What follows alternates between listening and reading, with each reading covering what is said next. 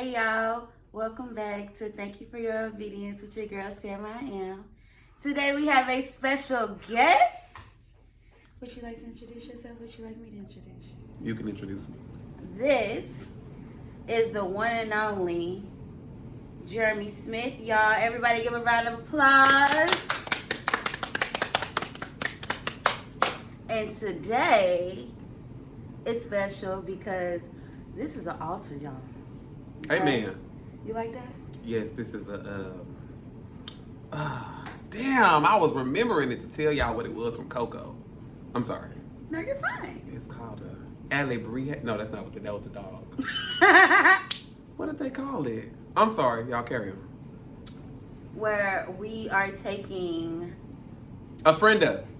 It was called Ofrenda. We're learning because I don't know what that is. What is Ofrenda? Can you break it down for us? So on Coco, have you ever seen Coco? No. Okay, you need to watch it, definitely. If you watch the other movie, you gotta watch Coco. Oh, Coco. Yeah. I've seen it, but the Ofrenda, which kind of means the offering, they would put for Dia de los Muertos, they would put all their relatives that are dead, they put all their pictures on an altar. Okay. And that's how they spirits will come back into the world for the night. So they're channeling, we're killing, okay? It's a funeral. It is a funeral. And we're killing our former self, known as Jermo. Woo! So this episode is literally the destruction of Jermo. And starting back at 1, come on, Brian McKnight. And that's what we're going to do for y'all too, okay? Because a lot of our scriptures and our prophets are artists. Go to music. Okay? But not gospel music either. That too. Because like I said, music should be a language, and so that's our language. That should be my love language, but that's not an option. Who said it ain't an option? I'm saying I think we should make it an option. Remy said it was an option. I'm sorry. We're going to get Remy on the pod so she can explain that. Yes. Anywho. But, yes, it's a special episode because I wanted to talk about the oppression and really trying to help people on that walk with Jesus or God or however you get to God, and the struggle that we had trying. Y'all, first of all, I'm already a unique individual when it comes to spirituality and church and God and all that. So this particular situation is already funny in itself because of that. So. But there were a lot of steps and a lot of things that happened before that event. Definitely a lot of steps. A lot of events, and a lot of things that transpired that I didn't even know were very impactful for you during this time. And even learning our friendship and relearning our friendship. Right. To get us to the point now where we can have those 3-hour conversations because we're a couple people who do know ourselves, and we wouldn't have made it before Unlimited Minutes, Lord. Right. So I wanted to at one point call this pod Represent Yourself, but I think it could be a segment, and so you are the first of the segment of Represent Yourself. Basically telling the people who you are, how did we meet, and the steps that got you to the point where you knew you had to kill, where you knew you had to put your flesh to death. Oh, okay. Who am I? How do I actually say that? Exactly. To take, you could stop right there. We could start right there because simple things like who am I, people can't understand. When in another pod I said that the Bible is as much as it's law, as much as it's truth, it's also a book of context clues, because you can't actually tell about somebody's life in that book. You would be doing that person or that story a disjustice because they tell you about stuff 10 years, but they don't tell you what happened within that 10 years. Right. You know what I'm saying? So I think as a people we have problems saying the context clues: who, what, when, where, and why. And who are you is the start. So if you, not to say you can't do it, But for people that cannot tell you who they are, that's a problem within itself. Oh, I mean, I guess it's just really more so because any of y'all out there that's her audience that does not know me, I don't know how to explain me to you. A large amount of her audience knows me already, so it don't tell who I am to them, you know, or what version of me they met. So that could be a number of people. We are yin and yang for one. Two totally different people. And we've always been yin and yang. Right. And we've always known each other, but people on the outside never understood how two polar opposites could mesh. Well, we had the conversation today that we were talking about another friend of mine. I get told this a lot, definitely from my mom, that it amazes her how I can be like friends with somebody and meet somebody else through that person and not talk to that person no more and this, that, and the third. None of that is ever actually my intention. To tell y'all who I am, I'm a lot to deal with, and I know that. So you know, if you enter at your own risk. Going back to just our situation, like I said, we were talking about me and another friend, an older friend of mine, and just how my dynamic in relationships went with you as well as with them. And I've always been a lot to deal with. I've always had my own opinion. I've always spoke my mind. I've always defended myself. I've always defended other people. And everybody just had to kind of... I'm now changing, I guess, for the better. Mm-hmm. But you figured that out by yourself. Yeah, but like I said earlier, you know, it was like a thing like me and you, our relationship went stagnant, but you were in a transition of who you were.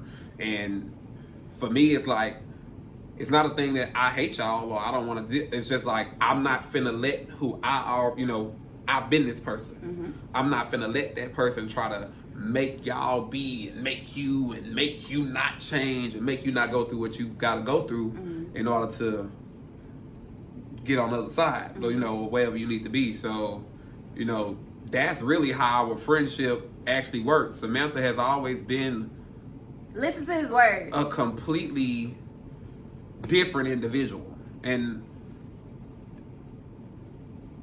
all my friends are actually like different because I'm a really different individual. So like the people around me, no, I don't have one friend that's the same as one of my other friends. They have slight stuff in common, but like they're not the exact same person.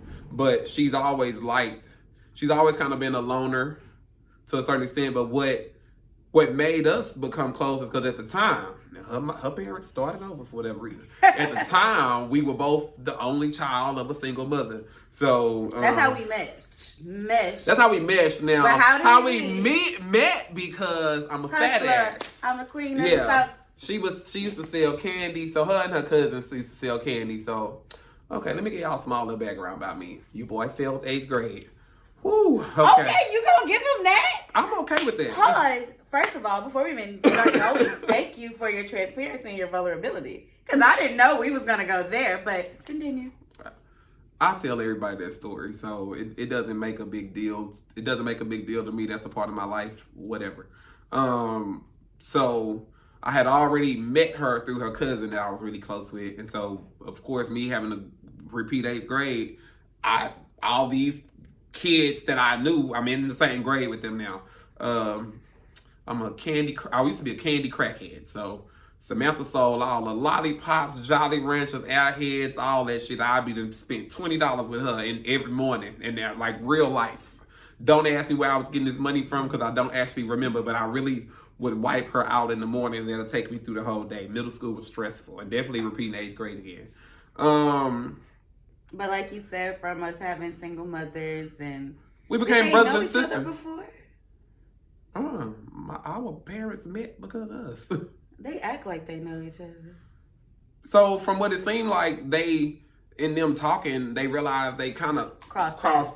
They were in the same places growing up, but they never actually met each other. It seemed like they was always missing each other by some months or a year or something. Right. Anyway, so her mama was like my mama. My mama was like her mama. We did everything together. Everything. High school. Oh, you moved to Dallas. For a year. Yeah, what grade was that? 10th grade? That was 9th grade. It was ghetto. It was 9th to grade. say the least. Then that was a ghetto situation. Maybe one day we'll give them that story. And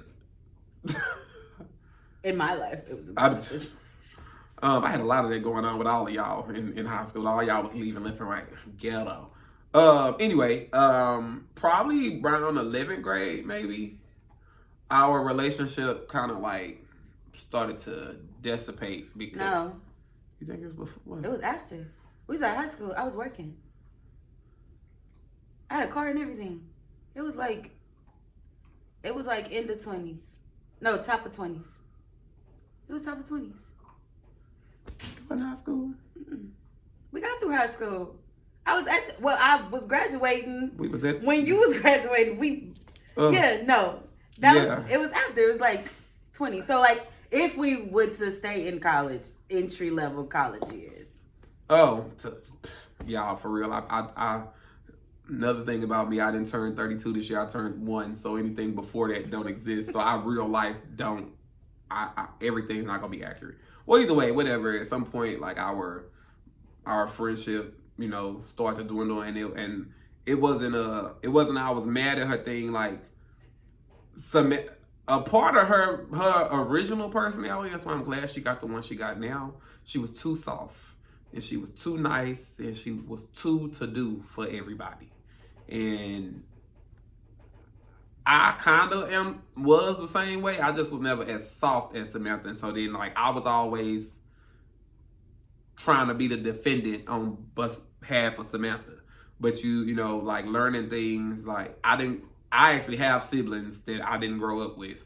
And so I'm glad I didn't, because I probably would have been an even harder person defending my actual siblings as opposed to defending y'all. Mm-hmm. You know what I'm saying? So had to let her grow and thrive and flourish with a colorful bunch of people. Then we just came back. Yeah, I think it wasn't a thing. I think my family, of course, at least my mom, was still connected to him, so he was still coming to the family functions. Oh, indeed. And I think we just linked at a family function and took a walk, and it was it. And now we're here. That was an interesting walk too. I remember that. And now we're here. And it was me, and the walk wasn't even like about us. The walk was about my walk and our parents, and the shift that nobody thought you would ever do. Yeah, nobody thought that, and nobody thought that. I was proud. Oh, Mama, I love you, but this ain't about you. Nobody. If y'all surviving our parents, we're ready to tell our stories. If you meet my mom, she has a purest heart, but she's a lot. Okay, well, she was at that time. She's so in a much little better. person. She's so much better, but she was a lot, and a lot of people couldn't see it because of the simple fact she was a great at heart, but y'all didn't live with her at one point. But I think that's how we all are with people's mama, because everybody your loved mama being. Don't want to embarrass themselves either. Everybody loved being around my mama, but y'all know I was like, I don't even like her like that. But when he heard the obstacles and the actual steps I took, he was just like, okay. And I was like, yeah. Because I'm the poster child for speaking your mind to your parents. Yeah, and then to save face, like I was a church kid, so I did have that mentality of like, I thought as a child, spoke as a child was ever until I grew up. But when I grew up, you know what I'm saying? Like, right. I let me have childish mistakes, because if you don't make mistakes, there's some mistakes you can avoid because somebody else lived them, so y'all gonna live those mistakes. But there's some mistakes I feel like you do have to go through to get that lesson. Otherwise, you'll be out here green like most of these kids. Like, like a lot of people don't know stuff because they didn't go through stuff. They go around it or they avoid it. But that's one of the things I can say that we actually can really thank our moms for, mm-hmm. because like it helped us it helps us have a certain sense of certain stuff, you know, and like I just came off the top of my head thinking what that stuff is, but it does help us have like a sense of certain stuff that some kids don't have. Right. Because they don't have to. Or like kids now don't have to. They don't have to. But like it seemed like they live in a harsher life than we did. Or at least making themselves their lives harder than it should be. Because it's like they want that rough life, but they not about that life.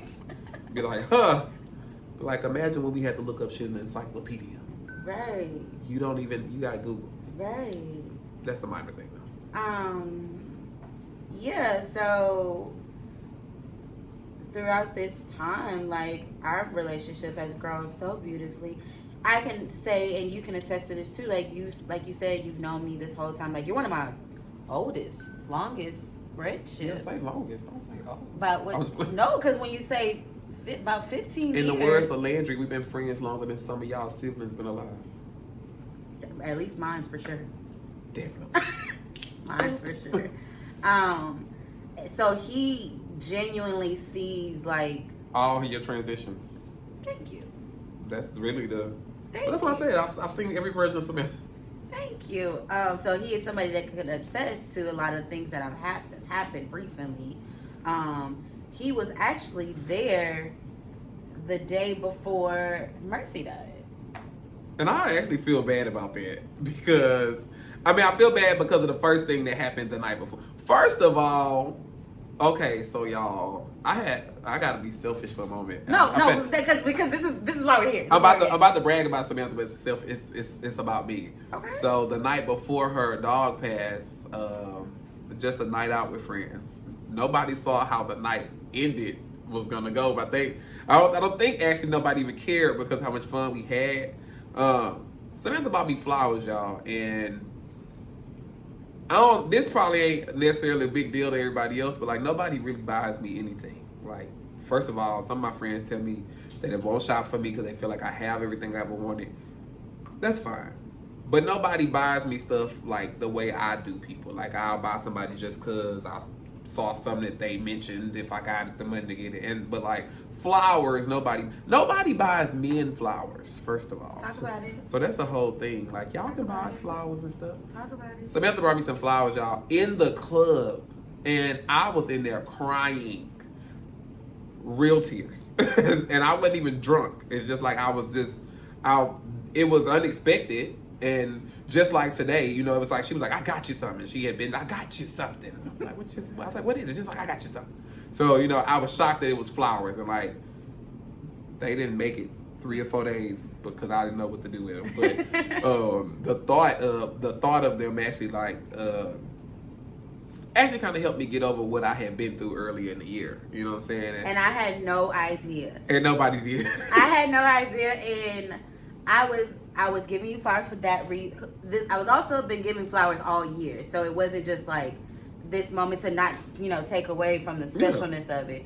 But I was literally just giving like actual flowers. We talk about giving giving people their flowers. Yeah, because people, you know, they say the term, but actually do it.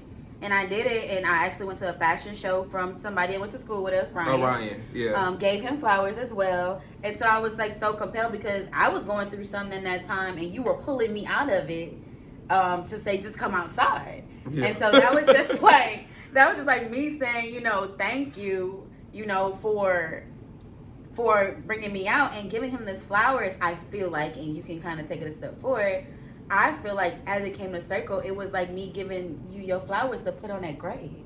Yeah. So that was one grave, y'all. We had a funeral earlier, but it was just a drive-by funeral. Because I didn't know how impactful, and this is where, let me make sure I say it right. This is where Revelation 12 and 11 come into place. We're overcome by the blood of the Lamb and the words of our testimony. And me giving him those flowers. Oh, that's real, yeah. Yeah. Me giving him those flowers opened up a testimony the next day that he volunteered to share that he had told me about, I think like early in the year, but it had made him, right. But it made him like go into detail, share his truth to everybody. And he made it a point to say it was because of the flowers that moved him to be able to speak. And I was definitely like, drawn back because I didn't know. I had been saying, like, after I had kind of got past it or whatever. So are you going to tell him the testimony? I can, yeah. So, but originally I was telling everybody once I had kind of got over that one hump. I was my friends that knew. I was telling them that next year, once it made a year, I was gonna do this whole big thing and tell what happened. The biggest part of the testimony is, long story short, like, first of all, I'm always I just posted the other day about David Mann was going through depression, and he said, he was like, when somebody asked he okay, he's like, yeah, I'm fine. I'm the fixer. I fix everything. So that's always been me. I can fix anything in anybody else's life, and can't my own just be falling apart, and I just flow through that. But this particular situation, I didn't have any control over, and I'm not even like a 100%. Hold on. Grace. Relax. Please relax.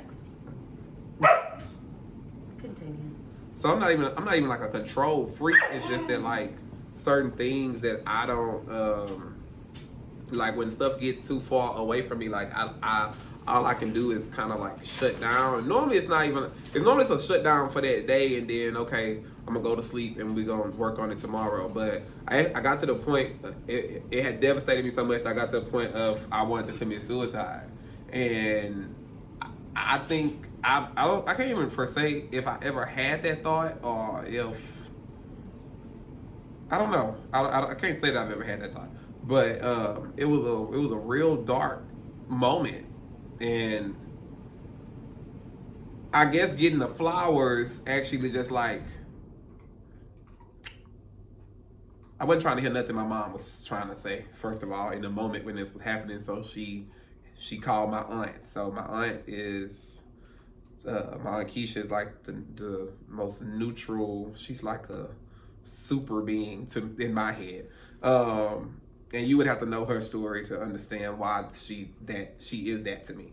But and she kept calling me and kept calling me and kept calling me and kept calling me. So finally I answered, and we talked, and I just was like, telling her what I was going, how I was feeling and stuff. And she made it a point to say, even, subtract my mom out of it, subtract herself out of it. She was like, I've seen your friends. She was like, I remember going back to my 30th birthday party. She was like, I remember what that day was like for you and how those people were there for you, And she was like, so even she's like, don't even worry about us. She was like, you don't think that those people that were there for you in that moment would be able to move on without you here? Because the way in my head, I was like, okay, so if I'm gone, they all gonna be sad one day. They gonna have to still go on with their lives. That ain't gonna stop no money at your house. Your bills still gonna, that was how I was thinking. And it was like, and what's crazy is for me to feel that way, and I always thought committing suicide was selfish in some odd way. I don't know why I've always thought that, because I've helped someone through a suicide, through not committing suicide, whatever. And I always just felt they were selfish. And I don't know if I felt they were selfish because they wanted me to help them through it, or if it's just selfish in general. Right. No, it's the thing. Yeah. So, it's the thing. I think that's also how we were taught to see it. Like, you selfish for committing suicide because you selfish and you weak without knowing you're, like, actually troubled. Right. And so then, it's like, that's just adding more onto the reason why I don't feel like dealing with this shit. But anyway, so all that, yeah, that. But anyway, fast forward to getting the flowers, and, like, I think that was because by that time when she gave me the flowers, I actually was kind of like seeing what I thought was the light. I didn't know. It only got worse after that. So we'll save that for another episode. Okay. But yeah, it only got worse after that, and then I had to battle through that, and boom. We're here. I'm here now, and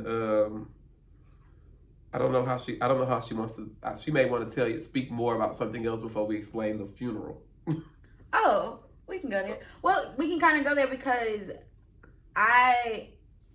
in my journey, and I will probably bring this young lady to the pod. I ended up meeting an author who wrote a poetry book, and it was called "The Death and the Rebirth of a Gorgeous Soul." And it was very profound to me because I think within the Easter season, I remember sending to a friend like, the same resurrection power that's in, Jesus Christ is in us. So, but in order for a resurrection to happen, something has to die. And so like something has to die in us for him to rise up in us. You know what I'm saying? That was what I went through, what I was going through. Right. Easter weekend. Right. And so for me to have that same like revelation, not knowing that he was having the same revelation, because he's like, everything from this point is like day one. Like everything from this point is day one. And I was like, wow, like I can't believe like we all kind of have that moment, because a lot of times we talk about death and then, no, we talk about life and then death. We never take the time to talk about death and rebirth, which is, I think, more important in that sense, because that's where the resurrection power comes from. Sorry, y'all, Grace being a little disrespectful, but we're just gonna continue to fight through this, okay? Grace is getting her puff daddy on. Okay, we're gonna continue to fight through this. But yeah, but like I was saying, like I introduced you to church. Well, you went to church with me when I was younger as well. I used to go to church before I met you. But I'm saying, like, for me, like, because people always think, like, I started this a couple years ago, but this has been my life for a very long time. I mean, it wasn't even that. It wasn't even, like, her. It wasn't even per se her going to church a couple years ago. It's just Samantha has not always been a verbal person. So that's good. So it's more her letting y'all actually see the stuff that she think and the stuff that she feel and the stuff that she want to talk about, and because she don't really talk, so she don't, so for her to even do this and like let so many people see this and this is I guess it's a thing of when you tell your story, because make sure you be okay with telling your story, because you may be inspiring or helping or whatever somebody else that's probably going through what you're going through. And it also, like, from giving my testimony about the flowers, that also, it actually helped me see that people do really care about a person more than what one would think. Because, like, people that I was friends with from high school, like, we talked every now and then, but, like, they hit me up, hey, no, here's my number, text me, call me, and, like, one of my friends, she is married with 2 kids. She was texting me every day, good morning, this, that, and the third, that actually made me feel good. You know what I'm saying? It's like, you do matter. Right. It's because, and I'm always considered such a hard person. You and me both. And I mean, but I had to learn in church. Like, again, if y'all met our mamas, y'all would understand. Yeah, but like they say, God make a rock cry out. So if you make a rock cry out, if we some rocks, we out here. I have literally cried a lot this year. Same. I don't cry. Same. And that's what I said is so profound with Cry Out, because like I said, like in the last part, that was the first song sang at my church, my new church. This is the first conference I've actually invested in. Oh yeah. Crying out, like it's your testimony. Hey, his words, not mine. Mine too. And so from that, and just talking with him and me, we actually have a mutual friend that attends my church, and just kind of talking about it, I invited him to church. And y'all, the journey was not easy. Okay? Alexa, play Walking by Mary. Okay? Honestly, like, the devil was trying. And we have been planning this for some time, because how he sees, like, my schedule work, I'm either at work or I'm having these encounters with people that really just want to sit and speak with me. So I be booked, or I be doing stuff that I want to do. So we had this planned out from the seat. It's really bigger than that too, because of my whole thing about church. I don't know his whole thing. And so I'm not an atheist or nothing. It's just that I grew up in the church, of course, before I even met Samantha, and then we started going to church together. And I went to church, even outside of that. when I go in a church, I don't even necessarily like I'm not attacked by anybody, but I don't even feel comfortable sitting in a church, and it's normally because like I have this thing, and most people don't get it. Some people get it about church people, and it's not even like me judging church people per se, but it's like I don't know if none of y'all remember when Kurt Franklin was like he was done with the church. You know, everybody attacked him. How are you, man of the Lord? And you not he? And I was like, y'all not understanding. He didn't say he was giving up, denouncing his religion, and he didn't believe in a higher power. He was saying you people physically in the church, and then in that moment, y'all doing exactly what he's talking about. You know, so but being that people have heard me say that. They think that I won't go into a church. I don't feel like I'm a burst into flames and when I walk into a church. I just personally don't. For me to wake up and say I'm finna go to church is not anything that happens with me. But and you said that people don't invite you. People don't invite me. Now, if you invite me to walk up a mountain, I'll go. It's just how long it's gonna take me to get up there. But I'm coming with you. So you know, Samantha, we like she said, we planned. So we planned, and it was like throughout the day we're still planning it, but he's also being like, oh, I might be late because of this, or I might be late because of that, but we never stopped to be like, I never even was frustrated, because one thing about me, I be trying to be on time with stuff, and so I get frustrated, but I didn't even have those moments, because I'm just glad you're coming, like, I'm just glad you're coming, like, I'm just glad, like, you sticking with it, because people been dropped out, y'all. Like that day, so many people was like, I'm coming. I had to grab my bag and my jacket, and I was walking down the feeder. Right, because he was already waiting on the bus. Yeah. The bus wasn't coming because we realized it was a Texans game. Yeah. And I was like, no worries, I'm gonna come get you. She was like, I'll be there in 12 minutes. I was like, oh, no, she won't. 12-minute drive turned into 45 minutes. And then I had to keep reading. Well, where are you? Because her sense of direction is like, I still use the GPS just to get down the street, okay? I just need to I was know. like, where you at? And where are you coming from? I'm like, okay, well, I'm going to walk that way, and you can meet me in the middle of the street. So literally, because there was no way to get to him, because he lived off the feeder. I came to her. He came to me, booking it in church shoes, because these were church shoes. Booking it in church shoes, and met me at the end of the freeway, just to get to church. And we never gave up, okay? Did we give up? We made it. Mida was tired. Mida was tired. But we made it. And when we got in there, I think you were moved initially, because before the word even came, and they just talked about the dates of when it was coming after praise and worship, you were like, put me down. Oh yeah. You were like, put me down. January 8th. He'll be there. It's like, he was just like, put me down, because he already I think he felt welcomed in a sense. You know what I'm saying? He didn't feel, it was an open space. It was an open space, an open place. I don't feel like you got that churchy vibe from it. And then even at the end, when we're trying to leave, like, I knew, just because of who I am, like, not trying to be around people like, hi, this is this person. Hi, this is this person. Hi, this is this person. Even though that's how I was introduced. But in that same aspect, the pastors wouldn't let you walk past, because they knew you were a new face. And they made it a point to be like, hey, how are you? What's your name? Thank you for coming. And see, I just feel like small churches, like a smaller, what y'all call it? Congregation.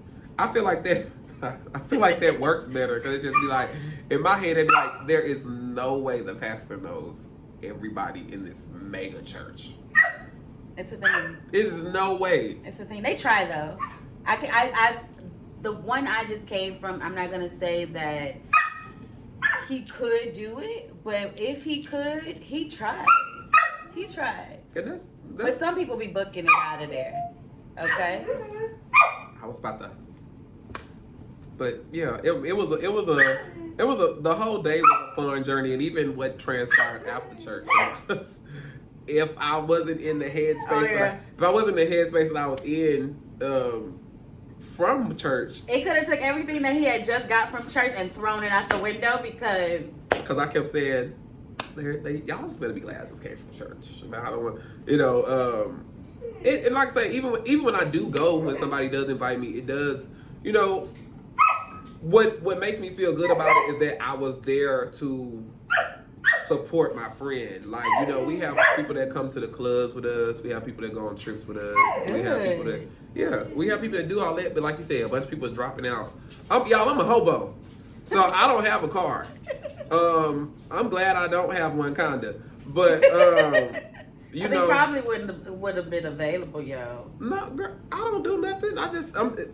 I don't really do anything on Sunday. But at the same time, it's like I'm glad that my friend can say I supported them in this. You know, like I definitely try to make it there for graduations. I definitely try to make it there for I guess like really like major events. Like a birthday is for me.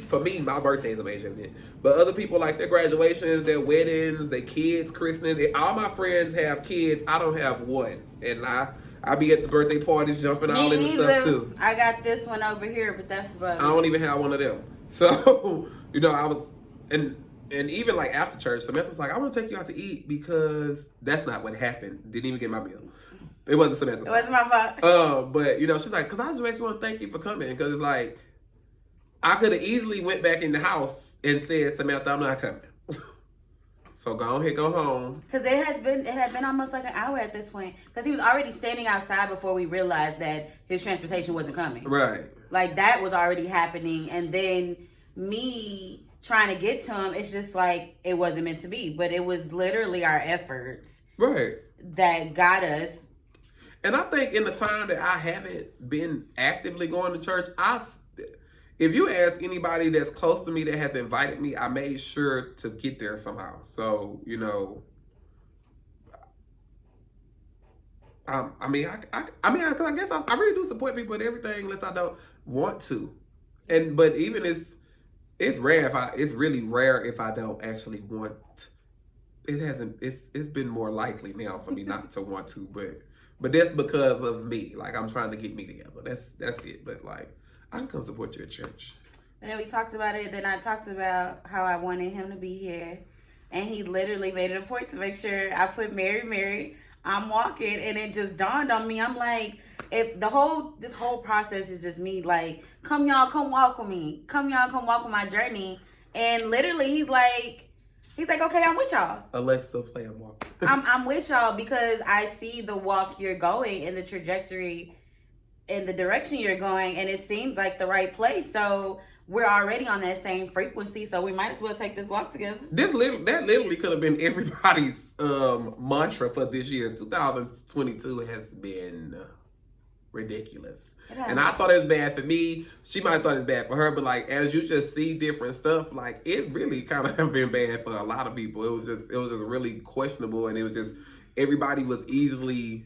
It was 2020 on steroids. Yeah, everybody was easily attacked this year. Like what you said, all the weapons formed and. But they did not. You better listen. They was kind of prospering. They didn't prosper over it, but I think that's what happened. Like they was right there about to prosper. They was like they were here. It was like, but I think that's what happened because it's like I started my journey 4 years ago, so it's like 2 years of learning. 2020, I tried to start doing this, but then actually had to like walk it out because it was like. Okay, I'm kind of understanding what I'm learning. Right, I'm trying to I'm kind of understanding this like spiritual warfare because I'm seeing it in that way, and then I overcome that, and then I get 2020 again, 2022, and I'm like, okay, let's execute. Yeah. And literally, that's what happened. I think I went full-fledged. I'm with God. I'm listening to everything. John 1:1. In the beginning was the Word. God. Is the word, was the word, you know what I'm saying? So when you walking your word, you're walking not only with God, in God, God is like literally But y'all, what really confuses me is, now we just told you the story about me walking to meet her at the car, right?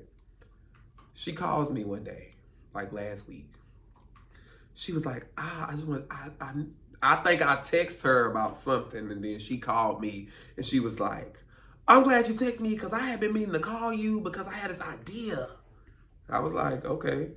I was like, well, what is it? She's like, I just want to run it by you first and see if you will be, you know, like what you think about it before you. Okay, Samantha. So X, Y, and Z and da da da, and I was just thinking like maybe, and if you would, I say you have to go through this whole. I said this is not a business plan. Like, why do you have to go through this whole pitch to tell me to come do what we're doing now? Because I didn't want to Ashton Kutcher punk him, y'all. No, okay. I just feel I can tell her I feel like You better say that because it was a word over here. so. My thing, I've been ever since I ever heard this. The prophetess, Megan the Stallion. Keep y'all comments to yourself. Okay, this is no slander, no Megan slander. She said, "People spend their last to fake it when it's free to be real." I ain't got no money, so I don't have no choice but to be real. That's good. I am very broke.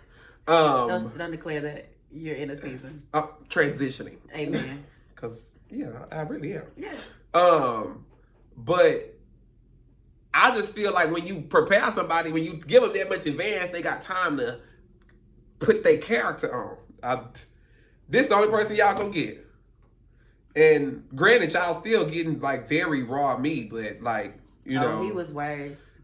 Right. Because he was never a bad person. And that's the thing too. He was never a bad person and misunderstood. Very misunderstood, and because he's always been himself, very direct, like people didn't understand. They didn't understand how I was somebody, like he said, so soft-spoken, and he was so aggressive and very direct, how we was friends. But it was like... Samantha, don't let them talk to you like that. He not talking at me. He's talking to me. And this is just his tone. Granted, trust me, I understand with tone. I had to work on it as a person as well. Tone, demeanor, my face, expressions, all of that. But at that time, I wasn't taking his tone offensive because that was just his tone. Y'all, people be too worried about how they saying it and not literally listen to what they are saying.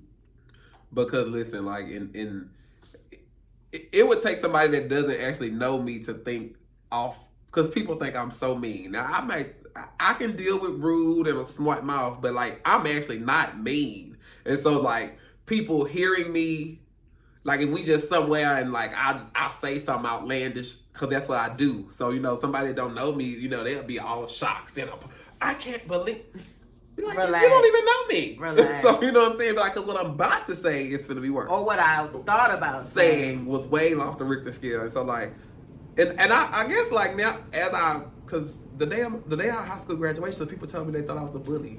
I get that all the time. But these are people that apparently I was in class with. I had never seen these, into my head, I had never seen these people. And I was like... I'd be like, have you ever had a conversation with me? But they had a good point.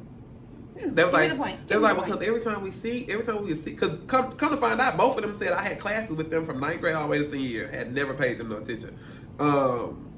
And they was like, well, every time we see you, you kind of like cussing and like aggressive. And so I was like, so I started pointing out people. I was like them too. And then I say some people, that's the only way you can talk to them. That's their language. I'm like, yeah. They can only hear it like that. Yeah, me talking calm ain't gonna get nowhere. So I feel offended when people think I'm mean or call me a bully. I'm like, but I'm not. Now, the downside to me being offended is if I feel that you don't like me, I am going to unfortunately make sure you hate me. Now, really? Are you petty, baby? Hold the phone. I don't do that no more. I don't even care that much anymore. So I don't do that anymore. However, that's who's on this altar. Oh yeah, so that's whose funeral we're having today. See, I should keep my black clothes on. We in black. My pants black and white. So what would you like to say at this eulogy? Or in the eulogy as he was a great man, Savannah. Savannah, you know, from great man Savannah, just in a horrible place. So everybody knows me as Jermo. That has been my ooh. Oh, before he even go there, I used to be sweetest girl Sammy. So she's gone. Denisha, if you see this, please. Denisha, you're gonna see this. Please, hi, Denisha. Please don't be upset. Please don't ring me for leaving the family. But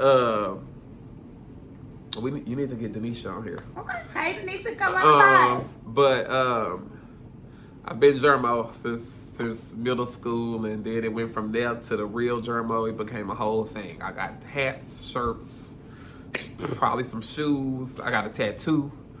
And in my rebirth, what took place 2 months ago, I realized that person needed to go. Everything connected to him and that personality, all that needed to go. And I was just having my moment with figuring that out. And so then once we got to all of this, I was like... And there had been a conversation in between, but we're not going to talk about that. They got us to name changes, but we're not going to talk about that. But... I had already changed my Instagram. But it's okay. Because his Instagram is the destruction of Jermo. So he was already in that process, but not knowing that he actually had to make the change. How Jacob had to turn into Israel. You know what I'm saying? And she has to have all the Bible quotes because I don't know one from the other. So you might be Saul. Saul turned into Paul. You might be Paul. Well, am I Saul or Paul? No, Saul was the bad one. Oh, I might be Paul now. You said you seen this light, you hit the light. That's how the light, he got hit by the light and became Paul. Oh, okay. I'll let her run me by that. We'll talk about that in Bible study. Swing by that scripture. But yeah, so that's my eulogy today. Burying my alter ego, really. Grace is amen in that, y'all. Thank you, Grace. We didn't know she was going to be featured in this pod. She's just here, and we're just going to continue. Kids and pets I have that effect over them for whatever reason. I don't know if it's good or bad, but I mean that's really it to it. I mean it's not much to it. It's just me finally getting to it. So and I let Samantha get the first scoop on me making this transition. I've been actively working on trying to better my mental and my personality and meshing with other personalities and all that, because that is a thing. My personality sometimes can be like Venom. You know, from Spider-Man when he grasps on to him. Yeah, and you know, some people don't be ready for that. And it don't be that. That's never the intention for it to be like that. It's just you have to be ready for somebody that's like me. Like I'm gonna say what needs to be said and do what needs to be done, and then we'll figure out the rest. Yeah. So to end this pod, because she been had me on here rambling. I don't even know how long this normally is. It's okay. That's why we came to YouTube. Thank you, YouTube. The last thing I would like you to say is, what would Jermy like to say to Jermo for the last time?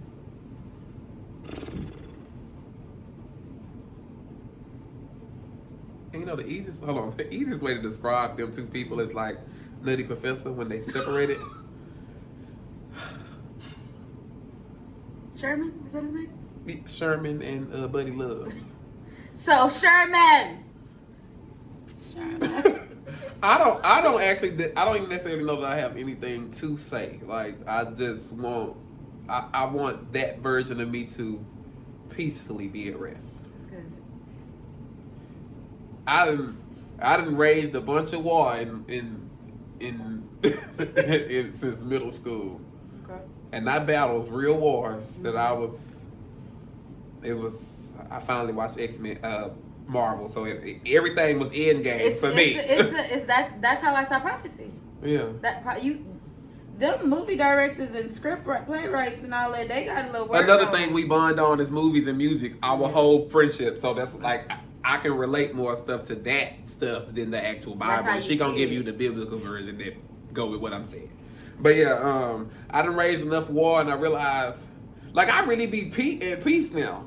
Like, I really, like, be able to just lay down and, like, go to sleep or sit down and be. That's Y'all, good. I have a job with kids now. But wait, before you go there, you said you can just what? I can just be. That's your purpose. You are a human being. Because everything used to have me. A lot of us and a lot of people shout out to Apostle Matthew Stevenson, be out here doing, and they're not living on their purpose and being a human being. You have to be in order to do. They spending their last to fake it. So now I'm finally being. Maybe I was spending my last to fake it. Ooh. I probably was spending some of it, not my last. But then it all got snatched away from me, so I ain't no telling what was happening. Anyway, we'll save that for another. And just know y'all hear it. It's another one because he loves it here. He loves it here. We're gonna do the anniversary show next year on this day. On this day. What's this day? Hold on. This day airs December 26th. Okay, so Merry Christmas, y'all. Merry early Christmas. That's it? That's how, wait, but you know what? So the more you keep saying stuff, the more I'm realizing stuff. That's how I know I'm actually at peace, because you know I haven't liked Christmas for years. And we got Santa's little helper here. And Santa's biggest headache. Shout out to the creator of these nice little shirts. Okay, and people that got me gifts, y'all. Somebody have to buy me a gift. And I ain't bought nobody a gift. I didn't play This is my gift. He was like, it's just a shirt. I'm like, Happy Kwanzaa to me, okay? Because this is my gifts. You make this with your hands. My gifts. I didn't pay for this shirt. Did I? No. Okay, then. You gave it to me? You took it. I'm just playing. Yes. And his presence is a gift too, y'all. Woo. All right, now. You like that? I like that. That works. Like that works. Hey. But, that's it? That's all you got for the people? That's all I got for y'all. Y'all send me some flowers for the funeral. Right then. Come put flowers on the grave. Come visit him at the grave. You know? And drop your alter ego right there too. Okay. Because this might be your altar too. This might be your funeral too. So for once, I can actually say New Year, New Me. I can really and mean it. Right. And mean it. I can because really say because that. You're being intentional with your words. And it's funny because I've literally never said that. But you mean it. So that's why you're saying it. Because you've always been a person of your word. So now you're sticking to your word. And if it's new me, New Year, New Me, then it's literally New Year, New Me. Because y'all, I am one. And I'm ready to see what the rest of my life holds. All right. And we walking out on faith. Because we don't know. I'm walking. Quit walking. Okay. We are bloods today. The bloods of the Lord. The covenant of blood. You better. The supreme. But y'all, thank you. I appreciate you for being here. I'm just simply laughing because I'm thinking about the whole build up to this. Your whole thing was like, I just wanna, because y'all don't understand, I've asked people to do this and they'll be like, yeah, or then they get like, wait a minute, what do you mean? And I'm just like, so just out of curiosity, what have you ever asked me to do that I didn't do? These are facts. But we're not here for that. We're here for you. Not about me, it's about you. That's fine. And we appreciate you. And whenever you want to come, Grace appreciates you. We had to put her out a couple of times, y'all. We didn't know this was gonna be. We covered in Grace, so you know, literally, she gonna make it known for sure. So y'all just listen over her until we get it together, okay? Are we gonna be mic'd up next time? You better claim that. See. Because all we have is all we have right now is all we need. So that's what we use. And however, more is coming. So once again, thank you guys. We love you guys. Merry Christmas. You are now watching Disney Channel. Happy New Year's. Happy New Year's. Happy holidays to everybody. Just more life. More life. That's it. That's it. Because life is great. Okay, you on top of the ground instead of under the ground. People's, I see you. You being seen, I viewed. Amen. But we view in Jermo, okay? Sorry, Jermo. We loved you. It was a time. Ooh, what a time. We had a time. That decade. What a time. 2 decades. But now, okay? I get to be in my full purpose. You better say that. You better say that. We're going to rewatch this and kind of cringe at it. But I'm not gonna cringe at it because everything I'm saying now is real. 3-4 hour conversations being heard in that, so y'all just get to see it in full form and for raw, unedited, unscripted, uncut. I like it.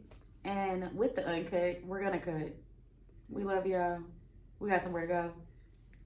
He is walking. He's walking.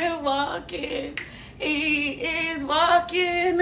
He is walking. He is walking. Y'all put that in the 90s.